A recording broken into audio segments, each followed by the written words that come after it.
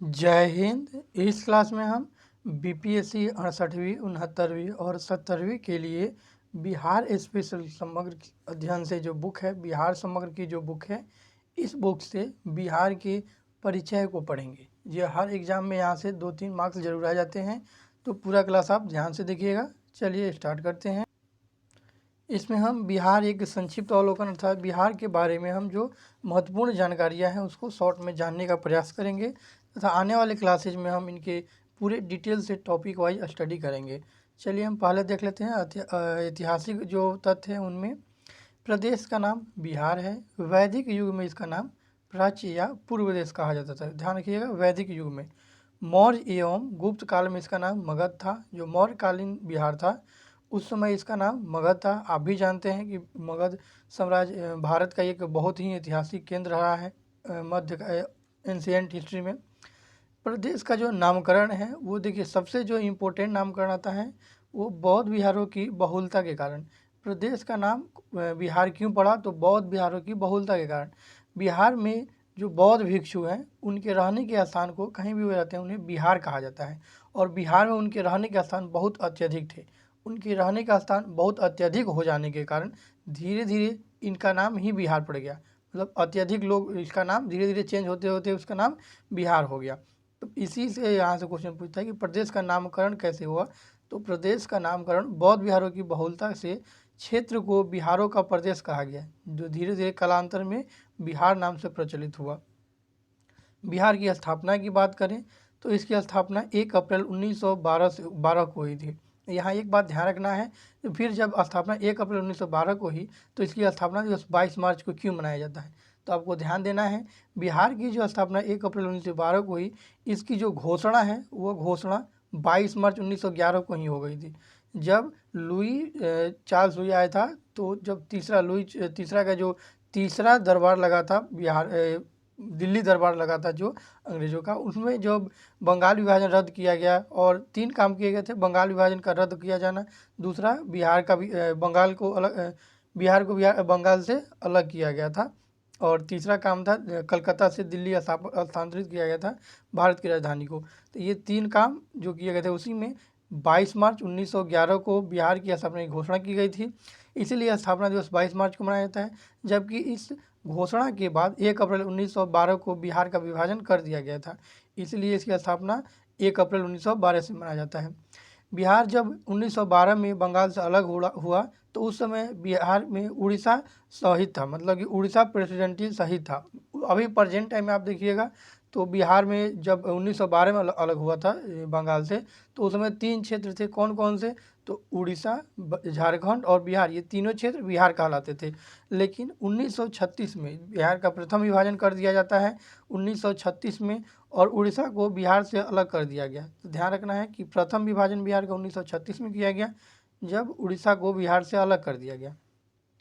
फिर 15 नवंबर 2000 को बिहार का एक बार और विभाजन किया जाता है और झारखंड को अलग कर दिया जाता है। तो ये फैक्ट आपको ध्यान रखना है कि 22 मार्च को बिहार भी को बंगाल से अलग करने की घोषणा की गई। 1 अप्रैल 1912 को इसे अलग कर दिया गया बंगाल से, लेकिन उस समय बिहार, झारखंड और उड़ीसा एक ही साथ था। ठीक है, तो बिहार और उड़ीसा सहित ये क्वेश्चन में देता है जनरली, तो आपको ध्यान रखना है। उसके बाद इसका 1936 में पहली बार बिहार का विभाजन करके उड़ीसा को अलग कर दिया गया, जबकि 15 नवंबर 2000 को दूसरी बार बिहार का विभाजन करते हुए झारखंड को बिहार से अलग कर दिया गया। राज्य की जो राजधानी है बिहार राज्य की, वो पटना है। ध्यान रखिएगा, बिहार राज्य की जो राजधानी है वो पटना है। इसकी स्थापना किसकी? तो पटना की स्थापना 1541 में शेरशाह सूरी द्वारा किया गया था, जो कि सूर वंश का था और यह अफगान वंश था। तो ये आपको ध्यान रखना है, इन सारे टॉपिक से क्वेश्चन कभी कभी रिलेटेड करके दे देता है कि राज्य की राजधानी पटना है। इसकी स्थापना 1541 में शेरशाह सूरी द्वारा किया गया था, और शेरशाह सूरी सूर वंश का शासक था जिन्होंने 1540 से 1545 तक बिहार में शासन किया था। और शेरशाह सूरी ने ही किसको? तो हुमायूं को भारत से बाहर खदेड़ दिया था। लेकिन शेरशाह सूरी की मृत्यु के बाद हुमायूं पुनः भारत आता है और वह युद्ध करता है शेरशाह सूरी के वंशज से, और फिर वो अपने क्या आ जाता है तो शासन में आ जाता है। पटना के जो प्राचीन नाम की बात करें तो पटना का प्राचीन नाम पाटलिपुत्र था, जिसकी स्थापना 461 ईसा पूर्व में उदयन के द्वारा किया गया था। तो पाटलिपुत्र का संस्थापक कौन था? तो उदयन था, जिसने जो हर्यक वंश का था और इसी ने पाटलिपुत्र का स्थापना किया था। पाटलिपुत्र का स्थापना एंशियंट काल में ही, प्राचीन काल में ही कौन करता है? उदयन करता है और फिर इसी को अपना राजधानी बना लेता है पाटलिपुत्र को। लेकिन कालांतर में फिर काला अशोक आता है और ये दूसरा वंश आता है जो कि कुछ दिन के लिए अपनी राजधानी कहाँ लेकर के जाते हैं लोग? हाँ, वैशाली के लिए। लेकिन फिर से वो राजधानी कहाँ आ जाता है? पटना आ जाता है। क्योंकि यहाँ देखिए जो है ये है आपका उदयन जो था हर्यक वंश का था। उसके बाद शिशुनाग वंश का जो आता है शिशुनाग, तो वो राजधानी कुछ दिन के लिए कहाँ लेकर चला जाता है? वैशाली। लेकिन उसका पुत्र जब आता है कालाशोक, तो वो पुनः राजधानी को कहाँ लेकर चला जाता है? तो पाटलिपुत्र। और तभी से पाटलिपुत्र बिहार की राजधानी रही है। और यहीं पाटलिपुत्र जब मिडाइवल काल में आता है तो शेरशाह सूरी ने इसे पटना, इसका नाम कुसुमपुर भी कहीं कहीं मिलता है, तो कुसुमपुर नाम से शेरशाह सूरी इसको 1541 में इसकी स्थापना कर देता है। ठीक है, तो ये कुछ इंपॉर्टेंट ऐतिहासिक फैक्ट थे जो आपको ध्यान रखना है।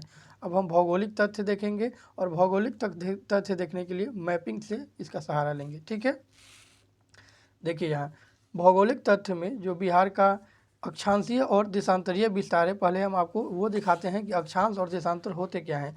तो ये है हमारा बिहार का मैप। यहाँ से जो लाइन हमारा क्षैतिज जो रेखाएं होती है पृथ्वी पे, उसे हम अक्षांश लाइन कहते हैं। तो इस तरह से जो लाइन हमारा जाएगा वो अक्षांश लाइन हो जाएगा। देखिए तो जो उत्तर से दक्षिण जो बिहार की चौड़ाई है, ये क्या हो जाएगा? अक्षांशीय विस्तार। दो अक्षांशों के बीच तो अक्षांशीय विस्तार, ध्यान रखिएगा। और ऊपर से नीचे जो लाइन इस तरह से खींचा जाता है, इसे देशांतर कहा जाता है। और दो देशांतर के बीच देशांतरीय विस्तार। ठीक है, तो जो अब अक्षांशीय और देशांतरीय विस्तार की बात करिएगा, तो पहले आपको शॉर्ट में कुछ चीज़ें ध्यान रखना है। जैसे कि अक्षांशीय और देशांतरीय विस्तार याद करने में पहले आपको ध्यान रखना है कि देखिए जो बिहार है इसके ऊपर से नीचे जब आइएगा तो नीचे से या ऊपर जाइए तो 24 से 27 डिग्री। ठीक है, 24 से 27 ध्यान से देखिए। तो अक्षांशीय विस्तार जो बिहार का है वो 24 डिग्री से 27 डिग्री तक है। ठीक है, तो आपको पहले सिंपल याद रखना है 24 27, उसके बाद वाला धीरे धीरे याद हो जाएगा। पहले आपको 24 से 27 याद रखना है। और देशांतरीय विस्तार 83 से 88। कौन सा? 83 से 88। तो जो हॉरिजॉन्टल बिहार है वो 83 से 88 डिग्री है, ये देशांतरीय विस्तार है। क्योंकि दो देशांतर के बीच के ही एरिया को देशांतरीय विस्तार कहते हैं और दो अक्षांश के बीच को अक्षांशीय विस्तार। ठीक है, तो अक्षांशीय में आपको याद रखना है 24 डिग्री से 27 डिग्री, देशांतरीय में आपको याद रखना है 83 से 88। ये पहला आपको याद रखना है। इसके बाद धीरे धीरे आपको आगे बढ़ना है। और अक्षांश में ये याद रखना है आपको कि ये पूरी अक्षांश जो आएगा, अगर भारत का वो याद है तो पता ही होगा कि अक्षांश जो आएगा वो ये उत्तरी अक्षांश आएगा, क्योंकि हम लोग उत्तरी गोलार्ध में है। देशांतर आएगा जो पूर्वी देशांतर आएगा, क्योंकि हम लोग पूर्वी देशांतर में आते हैं। ठीक है, तो इस तरह से आप इसको याद रख सकते हैं। ये मैप से ही याद होगा और सबसे पहला फैक्ट जो है वो आपको वहीं याद रखना है। ठीक है, तो यहाँ आप फिर से देख सकते हैं 24 से 27 डिग्री उत्तरी अक्षांश तथा 83 से 88 डिग्री पूर्वी देशांतर। आप बाद वाला को लिख लीजिए, जैसे कि 24 डिग्री 20 मिनट 10 सेकेंड से 27 डिग्री 31 मिनट 15 सेकेंड तथा 83 डिग्री 19 मिनट 50 सेकेंड से 88 डिग्री 17 मिनट 40 सेकेंड। तो ये बाद में याद होगा, पहले शॉर्ट वाला पहले वाला याद कीजिए 24 से 27 और 83 से 88, बाकी धीरे धीरे याद हो जाएगा। राज्य की आकृति कैसा है? तो आयताकार है। आप देख सकते हैं कि बिहार जो है वो आयत के जैसा ही दिखता है। बिहार का मैप से भी आप देख सकते हैं कि बिहार की जो स्थिति है वो आयताकार है। तो ये हो गया आयताकार। उसके बाद आप देख सकते हैं बिहार स्थित कहाँ है? तो ये उत्तरी गोलार्ध में स्थित है। बिहार की भौगोलिक सीमाएं की बात करें तो ध्यान रखना है, तो उत्तर में नेपाल है, पूर्व में पश्चिम बंगाल, पश्चिम में उत्तर प्रदेश, ठीक है, तथा दक्षिण में झारखंड है। इसको मैं फिर से आपको मैप से ही याद करवाऊंगा। ध्यान रखना है आपको, मैप से ही ये जल्दी से याद हो जाएगा। ऊपर जाइएगा बिहार के तो ऊपर कौन सा होता है? हमेशा उत्तर होता है। तो ऊपर में नेपाल है, दक्षिण में झारखंड है, नीचे वाला साइड हमारा क्या है? झारखंड है। और पश्चिम में क्या है? ध्यान रखना है, पश्चिम में हमारा उत्तर प्रदेश है। कहाँ ध्यान रखना है? हम लोग पश्चिम साइड, आप लोगों को धीरे धीरे याद हो जाएगा कि उत्तर प्रदेश है। जबकि पूरब साइड देखिएगा तो इस साइड हमारा पश्चिम बंगाल है। तो पूरब साइड पश्चिम बंगाल, मैप में ध्यान रखिए, पूरब साइड बिहार के पश्चिम बंगाल, पश्चिम साइड उत्तर प्रदेश है। जबकि नीचे बिहार के जाइएगा तो झारखंड है, ऊपर जाइएगा तो नेपाल है। तो नेपाल आप देखिएगा यहाँ से बिहार कितने देश अंतर्राष्ट्रीय कितने देशों से के साथ अंतर्राष्ट्रीय सीमा बनाता है? तो सिर्फ एक नेपाल के साथ बिहार अंतर्राष्ट्रीय सीमा बनाता है। बिहार के कितने जिले जो हैं नेपाल के साथ सीमा बनाते हैं? तो 7 जिले। ध्यान रखना है, इसको मैं ट्रिक से याद करवाऊंगा आपको। उसके बाद जो है झारखंड नीचे हो गया और उत्तर प्रदेश। अब यहाँ से एक और पूछता है कि कितने राज्यों के साथ बिहार सीमा बनाता है? तो 3 राज्यों के साथ, एक अंतर्राष्ट्रीय देश के साथ तथा 3 भारतीय राज्यों के साथ बिहार सीमा बनाता है, सीमा साझा करता है। देखिए अभी मैंने आपको बताया, यहाँ दिया भी है कि राज्य की सीमा से लगने वाले राज्यों की संख्या 3 कौन कौन से, तो पश्चिम में जो है उत्तर प्रदेश, नीचे झारखंड और पूर्व में पश्चिम बंगाल। वैसे भी याद कर सकते हैं आप। सीमावर्ती जो देश है, एक अंतर्राष्ट्रीय देश नेपाल है। बिहार की उत्तर से दक्षिण जो लंबाई है 345 किलोमीटर, पूर्व से पश्चिम जो है वो 483 किलोमीटर है। और समुद्र तल से औसत जो ऊंचाई है बिहार का 173 फीट और 53 मीटर। तो ध्यान रखना है, अगर मीटर में पूछता है तो 53 मीटर, ठीक है। मीटर में पूछेगा तो 53 मीटर, फीट में पूछेगा तो 173 फीट। ध्यान देना है, दोनों के लास्ट में 3 है, 173 53, 173 53। मीटर में पूछेगा तो 53 मीटर, फीट में पूछेगा तो 173 फीट। वैसे ही आपको एक और चीज़ हम दिखाएंगे, इसका जो लंबाई चौड़ाई हमने आपको बताया। देखिए ऊपर से नीचे आपको ज़्यादा चौड़ा दिख रहा है, या दक्षिण से पश्चिम से पूरब, तो ध्यान से देखिएगा, आपको पश्चिम से पूरब ज़्यादा दिख रहा होगा। तो जो पश्चिम से पूरब है वो कितना हो जाएगा, 483। जो ऊपर से नीचे है बहुत कम दिख रहा है, आप खुद ही देख सकते हैं, तो कितना हो जाएगा, 345। तो बस देखने से आपको याद रखना है कि नेपाल से झारखंड तक हम जाएंगे तो बहुत कम जाएंगे, बहुत कम लेंथ ट्रेवल करेंगे, इसलिए यह 345 किलोमीटर है। और यह उत्तर से दक्षिण लंबाई है। कौन सा, उत्तर से दक्षिण लंबाई है। और पूर्व से पश्चिम अब जब जाइएगा, पूर्व से पश्चिम में देखिए खुद ही चौड़ा दिख रहा है, तो यह 483 किलोमीटर है। तो ये भी आपको ध्यान रखना है, बस मैप आपको ध्यान रखना है। अगर मैप आपको ध्यान में है तो आ जाएगा, क्योंकि 483 ज़्यादा चौड़ा कौन सा है, तो उत्तर से पश्चिम, उत्तर से नहीं, उत्तर प्रदेश से पश्चिम बंगाल जब आप जाइएगा तो आपको ज़्यादा चौड़ाई मिलेगी। तो ये 445 किलोमीटर की चौड़ाई है, जबकि आप नेपाल से झारखंड जाइए तो कम मिलेगा। आप देख सकते हैं माप करके भी, तो क्या हो जाएगा, ये आपको इस तरह से याद हो जाएगा, 345 किलोमीटर। चलिए अगले फैक्ट की तरफ बढ़ते हैं। समुद्र तल से जो औसत ऊंचाई है बिहार की, ये आपको याद रखना है, फीट में 173, मीटर में 53 मीटर है। बिहार के प्राकृतिक विभाजन की आप बात करेंगे तो प्राकृतिक विभाजन बिहार का हम 3 तरह से कर सकें। जो इसमें दिया है ये आपको याद नहीं होगा, ध्यान रखना है आपको। इसमें जैसे ये दिया हुआ है, शिवालिक का तराई क्षेत्र, उत्तरी गंगा मैदान या दक्षिण गंगा मैदान।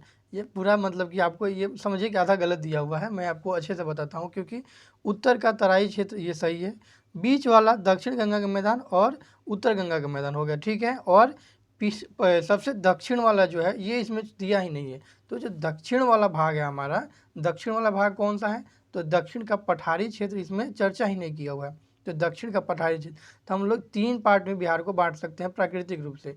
पर्वत क्षेत्र अथवा शिवालिक पर्वत क्षेत्र, गंगा का मैदान, मतलब उत्तर गंगा, उसी मैदान को 2 भाग में बांट लेंगे, दक्षिण गंगा उत्तर गंगा। और तीसरा हमारा कौन सा हो जाएगा, तो पठारी क्षेत्र। अभी याद कैसे होगा, ध्यान से देखिए। देखिए ये बिहार का मैप आपको अच्छे से दिख रहा होगा।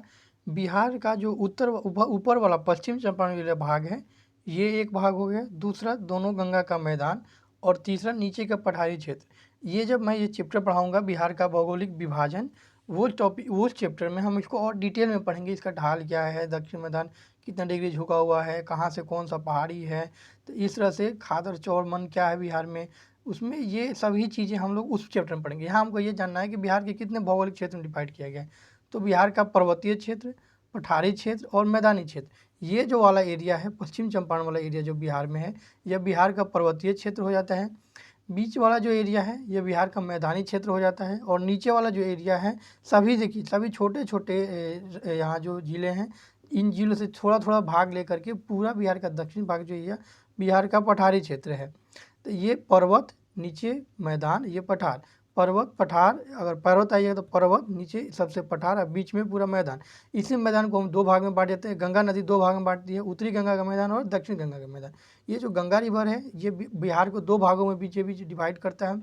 इन 2 भाग में डिवाइड करने से बिहार का जो गंगा के जो उत्तर वाला भाग है वो उत्तरी गंगा का मैदान, और जो दक्षिण वाला भाग है वो दक्षिण गंगा का मैदान। तो इस तरह से आप याद रख सकते हैं। ये वाला जो पार्ट है पश्चिम चंपारण वाला, ये तराई क्षेत्र बोल सकते हैं या पर्वतीय क्षेत्र बिहार का। पठारी क्षेत्र बिहार का सबसे नीचे वाला पार्ट, जहाँ जो कि यहाँ कैमूर से शुरू होते हैं, कैमूर, रोहतास, गया, औरंगाबाद, इस तरह से पूरे राज्यों में बांका वगैरह यहाँ तक जाएगा, ठीक है। जबकि मैदानी क्षेत्र बिहार के बीच वाले राज्यों में जो गंगा रिवर जो डिवाइड करेगी, वो उत्तरी गंगा का मैदान, गंगा के उत्तर में उत्तरी गंगा, गंगा के दक्षिण में दक्षिण गंगा, ठीक है। अब ये कैसे हैं, क्या हैं, इनके बारे में हम लोग जब बिहार का भौगोलिक विभाजन वाला चैप्टर पढ़ेंगे उसमें पढ़ेंगे। अभी बस इसको इतना ही याद रखिए कि बिहार के 3 जो भौगोलिक क्षेत्र हैं उनको। यहाँ से एक चीज़ और याद रख सकते हैं आप, जो यहाँ पठारी क्षेत्र है इसमें दो दो तरह के पठार पाए जाते हैं। एक है विंध्यन श्रेणी के पठार, यहाँ जो नीचे इधर वाले जो हैं ये कैमूर और रोहतास में विंध्यन श्रेणी के पठार हैं। ठीक है, कौन से श्रेणी के? विंध्यन श्रेणी के पठार हैं। जबकि इधर वाला जो एरिया आइएगा यहाँ से कुछ छाँट दीजिए, जैसे कि कैमूर और रोहतास को जब आप छाँटिएगा तो इसे कैमूर और रोहतास का पठार कहा जाता है। जबकि ये जो श्रेणी है यहाँ जो नीचे वाला, यह विंध्यन श्रेणी का ना होकर के कौन सा है? तो ये आपको ध्यान रखना है, ये विंध्यन श्रेणी का ना होकर के, अरे नाम भूल गए, धारावाड़ पठाक्रम के पठार है। कौन से? धारावाड़ क्रम, जो कि कर्नाटक वाले एरिया में पाया जाता है। तो ये धारावाड़ श्रेणी की पठार है जो नीचे वाली है, और इधर विंध्यन श्रेणी के पठार है। ठीक है, अब अगर आप बिहार की जलवायु को देखेंगे तो बिहार की जलवायु जो है बंगाल की खाड़ी से आने वाली गर्मियों की मानसूनी हवाएं उत्तर बिहार में पर्याप्त वर्षा करती है, जबकि दक्षिण तथा पश्चिम भाग में वर्षा कम होती है। उत्तर बिहार की जलवायु समशीतोष्ण है, दक्षिण भाग में गर्मी अधिक पड़ती है। जनरली आपको मानसूनी जलवायु अभी याद रखना है, जब हम जलवायु चैप्टर पढ़ाएंगे उसमें आपको हम जलवायु को पूरी तरह से डिवाइड करके बताएंगे, कैसे थार्नवेट ने और CWG ने अपने अलग अलग जलवायु विभाजन दिया हुआ है।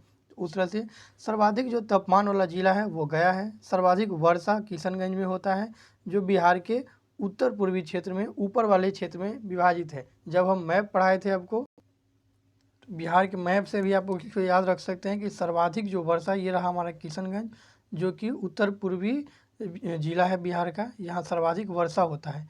अभी ये जो यहाँ जनजातीय कर दिया है इसको आपको ध्यान में नहीं रखना है, बस सर्वाधिक वर्षा वाला ध्यान रखिए, जनगणना वाला हम आपको इसको बताएंगे।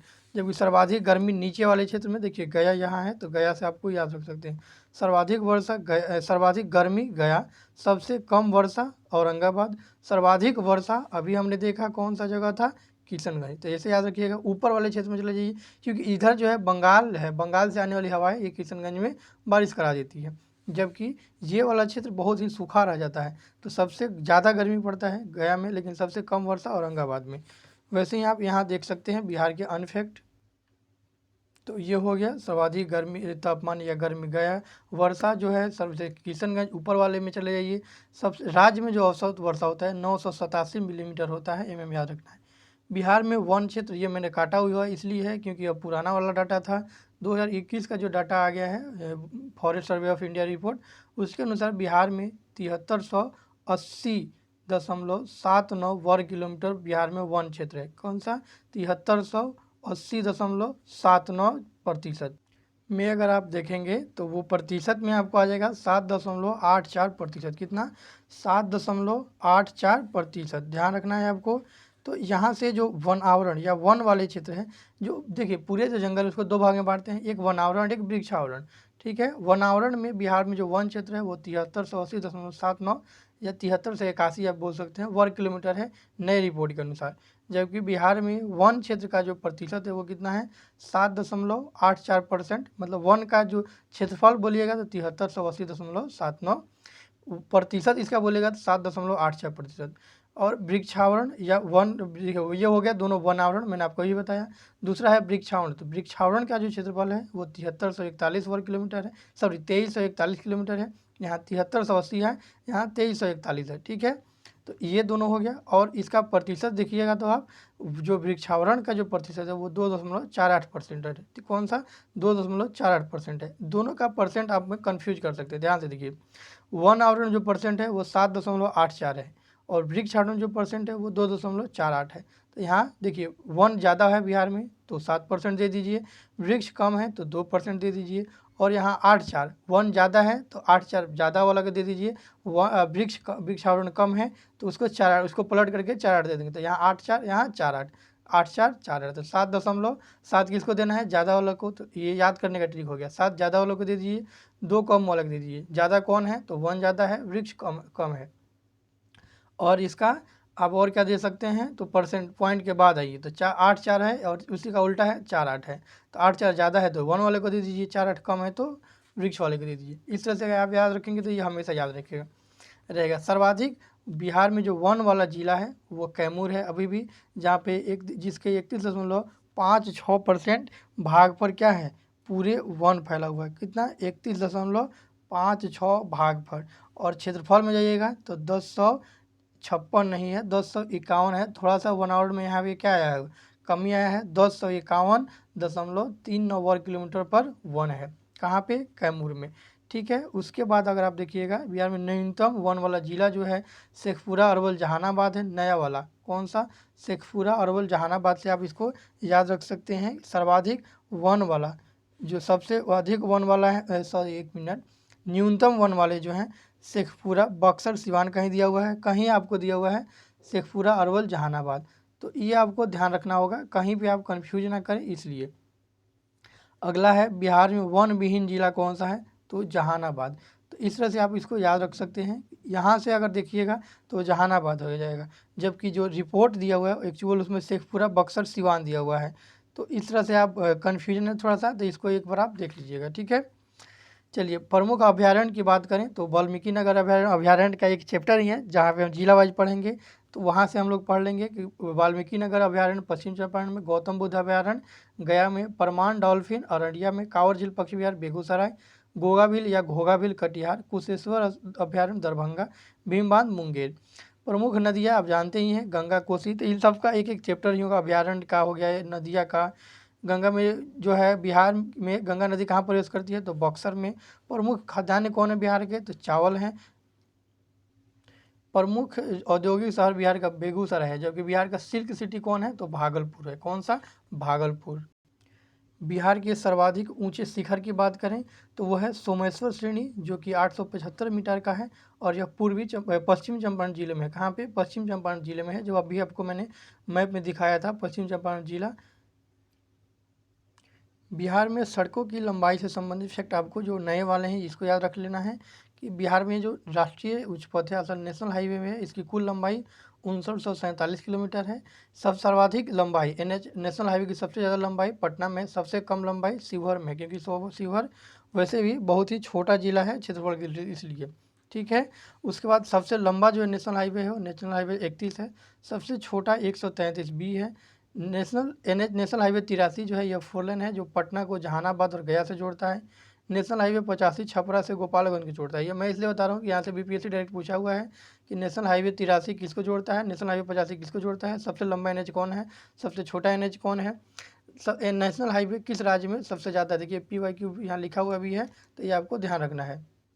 बिहार का जो कुल क्षेत्रफल है वो 94,163 किलोमीटर है, और भारत का जो कुल क्षेत्रफल है वो 32,87,263 वर्ग किलोमीटर है।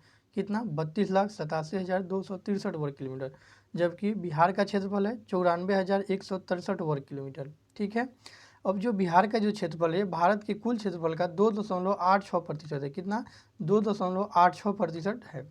भारत में अगर राज्यों में स्थान की बात करें तो राज्यों में इसका स्थान 12वां है बिहार का, जबकि केंद्र शासित प्रदेश के साथ अगर आप देखिएगा तो केंद्र शासित प्रदेश को इसमें शामिल कर लेने के बाद एक जो लद्दाख आ जाता है जो बिहार से बड़ा है, इसलिए बिहार का स्थान 13वां हो जाता है। तो ध्यान रखना है, क्षेत्रफल की दृष्टि से भारत में बिहार का स्थान राज्यों में 12वां है, जबकि राज्यों में केंद्र शासित प्रदेश दोनों को मिला देंगे तो 13वां स्थान हो जाएगा। ठीक है, तो यहाँ से ये 2 फैक्ट याद रखना है कि बिहार का क्षेत्रफल 94,163 वर्ग किलोमीटर है, जो कि भारत के कुल क्षेत्रफल का 2.86% है। ठीक है, और यहाँ से जो है आपको एक और बात ध्यान रखना है कि राज्यों में बिहार का स्थान 12वां है क्षेत्रफल की दृष्टि से। जनसंख्या से तो तीसरा है, ध्यान रखना है, जनसंख्या की दृष्टि से देखिएगा तो तीसरा है। और केंद्र शासित प्रदेशों में यह कितना है, तो केंद्र शासित प्रदेशों को अगर मिला कर लीजिएगा तो कितना हो जाएगा, 13वां। बिहार का सबसे बड़ा जिला क्षेत्रफल की दृष्टि से देखिएगा तो पश्चिम चंपारण जिला है, जबकि सबसे छोटा जिला आप देखिएगा बिहार का तो वो शिवहर है। तो सबसे बड़ा पश्चिम चंपारण जो कि ऊपर वाले क्षेत्र में था, सबसे छोटा शिवहर जिला है जो कि पश्चिम चंपारण, और इसके बाद है पूर्वी चंपारण, उसी के नीचे है शिवहर। ठीक है, जहाँ आप देख सकते हैं ये रहा पश्चिम चंपारण जिला आपका, जो कि सबसे बड़ा है क्षेत्रफल की दृष्टि से। यहीं पे है कौन सा, पूर्वी चंपारण। ठीक है, और यहीं से जब आप थोड़ा सा नीचे आइएगा पूर्वी चंपारण के बीच में तो यहाँ है शिवहर, जो कि क्षेत्रफल की दृष्टि से सबसे छोटा जिला है। और अभी हमने देखा था कि यहीं पे शिवहर में ही सबसे छोटा राष्ट्रीय राजमार्ग है। ठीक है, अब है बिहार की राज्य व्यवस्था से संबंधित देख लीजिए। देखिए सारे फैक्ट आपको याद नहीं करने हैं, जहाँ से क्वेश्चन बनते हैं जो इम्पोर्टेंट है उसी को याद करना है। पूरा याद रखिएगा तो दिमाग में भर जाएगा इसी से। राज्य की जो विधायिका है वो द्विसदनीय है, ध्यान रखना है। द्विसदनीय का मतलब होता है विधानसभा और विधान परिषद। यह भारत के कुल 6 ही राज्यों में है। जैसे देखिएगा तो बिहार और उत्तर प्रदेश ये 2 राज्य हो गए, और दक्षिण में जाइएगा तो 4 राज्य उस साइड है। तो 4 राज्य कौन से हैं? तो आंध्र प्रदेश, तेलंगाना, महाराष्ट्र और कर्नाटक, ये 4 राज्य उस साइड हो गए और 2 राज्य इधर से। कुल 6 राज्यों में ही द्विसदनीय विधायिका है। विधानसभा सदस्यों की संख्या 243 है। विधानसभा में SC/ST के लिए आरक्षण सीटें जो है 38 है, SC के लिए 38, ST के लिए 2 सीटें हैं। विधान परिषद में सदस्यों की संख्या 75 है। लोकसभा में बिहार का प्रतिनिधित्व अर्थात लोकसभा सीटों की संख्या बिहार में 40 है। लोकसभा में अनुसूचित जाति के लिए आरक्षित जो सीटें हैं वह 6 हैं। राज्यसभा में बिहार का प्रतिनिधित्व अर्थात राज्यसभा सीटें बिहार में 16 है। बिहार में जिलों की संख्या 38 है। 38वां जिला जो सबसे नया बना है वो अरवल जिला है। कौन सा जिला है? अरवल जिला है। राज्य में प्रमंडल की संख्या 9 है। ये 9 प्रमंडल का नाम आपको याद रखना होगा, इसे आप ट्रिक से याद कर सकते हैं। अनुमंडलों की संख्या 101 है। प्रखंड 534, बाकी आपको यहाँ से छोड़ देना है। जिला परिषद आप चाहे तो याद कर सकते हैं 38 है, या छोड़ भी सकते हैं क्योंकि 38 जिले से जिला परिषद 38 ही होंगे। नगर निगम की संख्या अभी 12 है। ठीक है। पटना में जो बिहार का जो उच्च न्यायालय जो हाई कोर्ट है वो पटना उच्च न्यायालय है, जिसकी स्थापना 1916 में हुआ था। और पटना उच्च न्यायालय का प्रथम जो मुख्य न्यायाधीश था वो थे सर एडवर्ड मैनेंडल चैम्प्स चामियार। इस तरह से चामियार याद रख सकते हैं, बस वही याद है। बिहार की राजभाषा जो है प्रथम हिंदी है, द्वितीय राजभाषा बिहार की उर्दू है। ठीक है। भारतीय संविधान की 8वीं अनुसूची में शामिल बिहारी भाषा, ये इंपॉर्टेंट है। बिहार की 3 भाषा जो है वो कहाँ शामिल है? तो भारत की 8वीं अनुसूची में हिंदी, उर्दू और मैथिली, ये तीनों भाषाएं कहाँ शामिल है? तो भारत के संविधान के 8वीं अनुसूची में शामिल है। चलिए बिहार के कुछ राजकीय चिन्ह भी देख लेते हैं। बिहार का राजकीय चिन्ह है वो बोधि वृक्ष है जो कि पीपल का है। राजकीय पशु बैल है। राजकीय पक्षी गौरव या फूल गेंदा। राजकीय प्रतीक चिन्ह स्वस्तिक का चिन्ह है जो कि बीच में उसके बोधि वृक्ष लगा होता है। राजकीय मछली देसी मांगुर है।